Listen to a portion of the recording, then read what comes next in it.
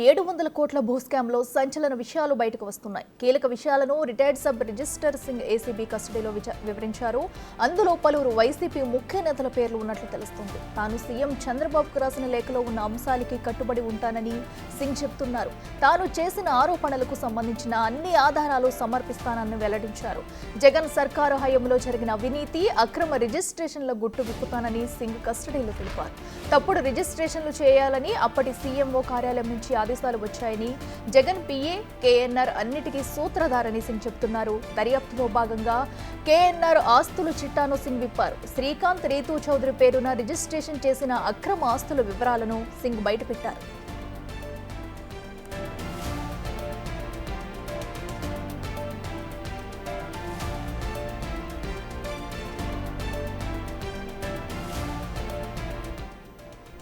మరోవైపు రీతూ చౌదరిని శ్రీకాంత్ గోవా తీసుకొచ్చేవాడని సింగ్ వెల్లడించారు. సింగ్ ఇచ్చిన వివరాలతో చీమకుర్తి శ్రీకాంత్, రీతూ చౌదరి, కేఎన్ఆర్లకు ఉచ్చు బిగుసుకోనుంది. సింగ్ కస్టడీ ముగిశాక శ్రీకాంత్ను ఏసీబీ అదుపులోకి తీసుకోనుంది. తర్వాత రీతూ చౌదరిని కూడా ఏసీబీ ప్రశ్నించనుంది.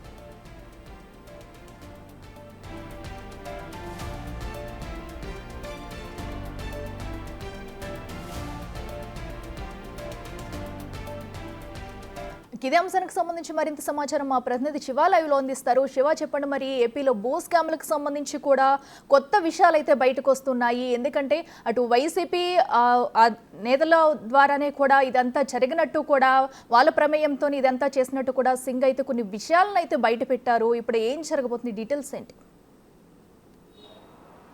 అట్లా మొత్తం మీద చూసుకుంటే ఏదైతే వ్యక్తివి ప్రసారం చేసిన 700 కోట్ల రూపాయల అక్రమ రిజిస్ట్రేషన్ వ్యవహారానికి సంబంధించి ఇప్పుడు పెను సంచలనానికి వేదిక కాబోతోంది. వైఎస్ఆర్సీపీ నేతలకు సంబంధించి ఒక్కొక్కరి గుండెల్లో రైళ్లు పరిగెత్తే పరిస్థితి ఏర్పడింది. తాజాగా చూసుకుంటే ఏదైతే మనం 2 రోజుల నుంచి చెప్తున్నామో సింగుని కస్టడీకి తీసుకొని పోలీసులు విచారణ చేపట్టబోతున్నారని చెప్తున్నామో, దానికి అనుగుణంగానే ఏసీబీ అధికారులు సింగుని నిన్న మధ్యాహ్నం నుంచి కూడా కస్టడీకి తీసుకున్నారు. ఏసీబీ న్యాయస్థానం ఇచ్చిన ఆదేశాల ప్రకారం ఆయన కస్టడీ తీసుకున్నారు. ఈ కస్టడీలో అనేకమైన అంశాలకు సంబంధించి ఆయన ప్రశ్నల పరంపర కొనసాగించారు. మీరు ముఖ్యమంత్రి చంద్రబాబుకు రాసిన లేఖ నిజమేనా అంటే, అవును అది నిజమే, ఆ లేఖలో ఉన్నవన్నీ యథార్థాలే, దానికి నేను కట్టుబడి ఉన్నానని చెప్పి ఆయన ఘంటాపదంగా చెప్పిన పరిస్థితి కనిపించింది.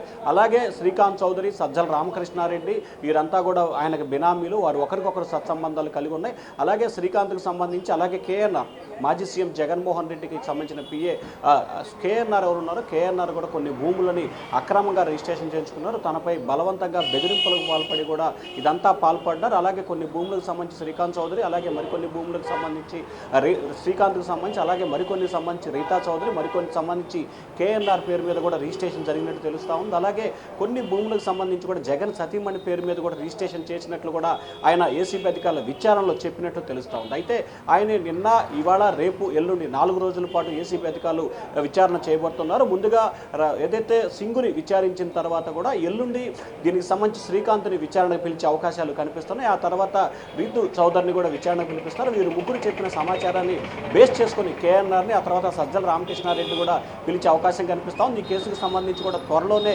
శ్రీకాంత్ని ఏసీబీ అధికారులు అరెస్ట్ చేసే అవకాశం కనిపిస్తాం. తర్వాత రీతా చౌదరిని కూడా అరెస్ట్ చేసే అవకాశాలు కనిపిస్తున్నాయి. ఇక మరొక వైపు సంబంధించి చూసుకుంటే చాలా లోతుగా విచారణ చేపడుతున్న నేపథ్యంలో కూడా దీంట్లో వీరు వెనక ఎవరున్నారు అంటే, కేఎన్ఆర్ వెనక ఇంకెవరున్నారు, మాజీ సీఎం జగన్ ఉన్నారా, లేకపోతే ఆయన సతీమణి ఉన్నారా, లేకపోతే ఇంకెవరు ఉన్నారా అనే దానికి సంబంధించి కూడా లోతుగా విచారణ చేపడుతున్నట్టు తెలుస్తూ ఉంది. అయితే ఆయన నిన్న ఏసీబీ అధికారులు దాదాపుగా 4 గంటల పాటు విచారించిన సమయంలో మాజీ ముఖ్యమంత్రి సతీమణి పేరు పలు సందర్భాల్లో చెప్పినట్లు కూడా తెలుస్తూ ఉంది.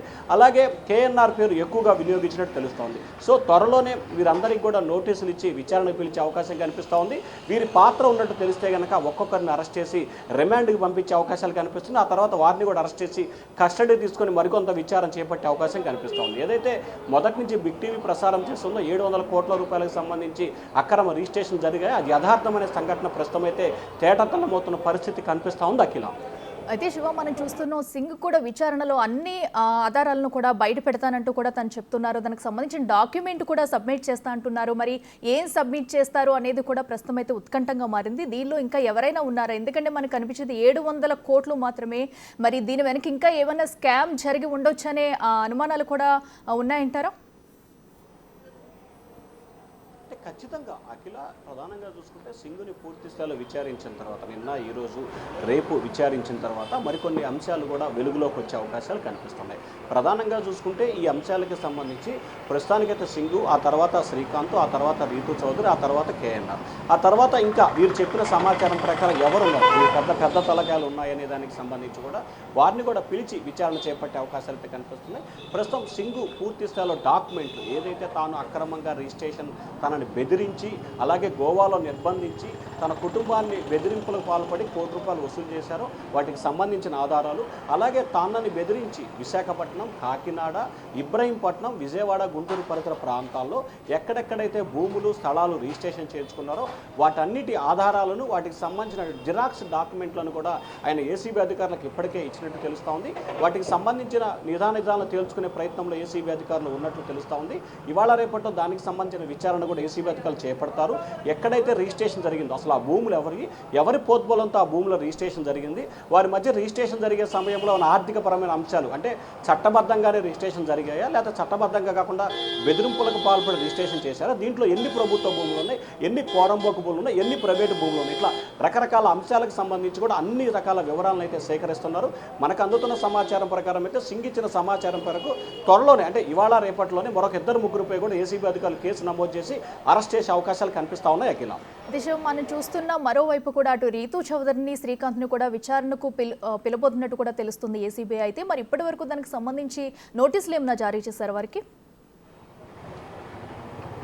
అంటే ప్రస్తుతం అయితే నిన్న సింగు చెప్పిన సమాచారం, ఈరోజు మరికొంత సమాచారం అంటే కొద్దిసేపట్లోనే ఈరోజు మళ్ళీ సింగుని విచారిస్తారు. మధ్యాహ్నం నుంచి 2 గంటల నుంచి 5 గంటల వరకు కూడా ఆయన విచారిస్తారు. ఆయన ఈరోజు ఇచ్చిన సమాచారం, నిన్నిచ్చిన సమాచారాన్ని బేరేజ్ వచ్చుకొని రేపు శ్రీకాంత్కి, అలాగే రీతు చౌదరికి, అలాగే కేఎన్ఆర్కి కూడా నోటీసులు ఇచ్చే అంశాన్ని ఏసీబీ అధికారులు పరిశీలిస్తున్నారు. ఎందుకంటే పూర్తిగా పక్కడ్బందీగా ఆధారాలు సేకరించిన తర్వాత ఎవరైతే సింగుకు సంబంధించిన స్టేట్మెంట్ రికార్డ్ చేసుకొని ఉన్నతాధికారుల సమాచారం ఇచ్చిన తర్వాత వారి ఆదేశాల ప్రకారమే ఖచ్చితంగా వీరి ముగ్గురికి కూడా త్వరలోనే నోటీసులు ఇచ్చే అవకాశాలు కనిపిస్తున్నాయి.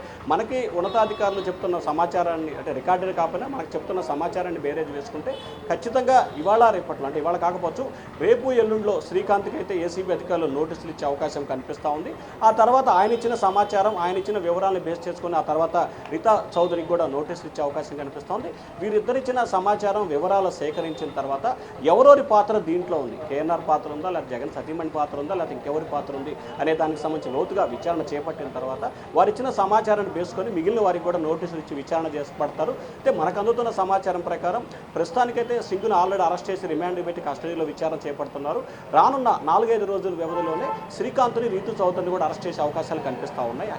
అయితే శివ, మరి ఇప్పటి వరకు అటు మాజీ ముఖ్యమంత్రి జగన్ భార్య పేరు కూడా బయటకు రావడంతో మరి ఆవిడ పేరు మీద కూడా కొన్ని భూములు అయితే రిజిస్ట్రేషన్ అయి ఉన్న నేపథ్యంలో ఇలాంటి వార్తలు రావడంతో ఇప్పటి వరకు దానికి సంబంధించి ఏమన్నా వీళ్ళు ఏమున్నాయనేది కూడా గుర్తించడానికి ప్రయత్నించారా అధికారులు? అంటే ఇప్పటికే అంటే ఇంకా విచారణ ప్రాథమిక దశలోనే ఉంది. ఇవాళ రేపు ఇంకా 2-3 రోజుల పాటు విచారణ జరుగుతుంది.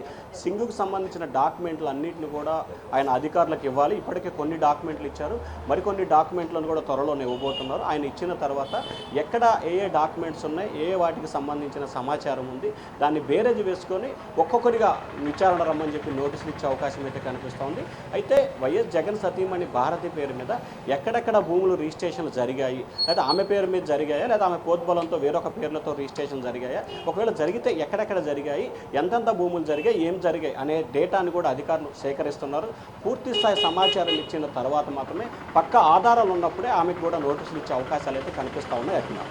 Right Shiva, thank you.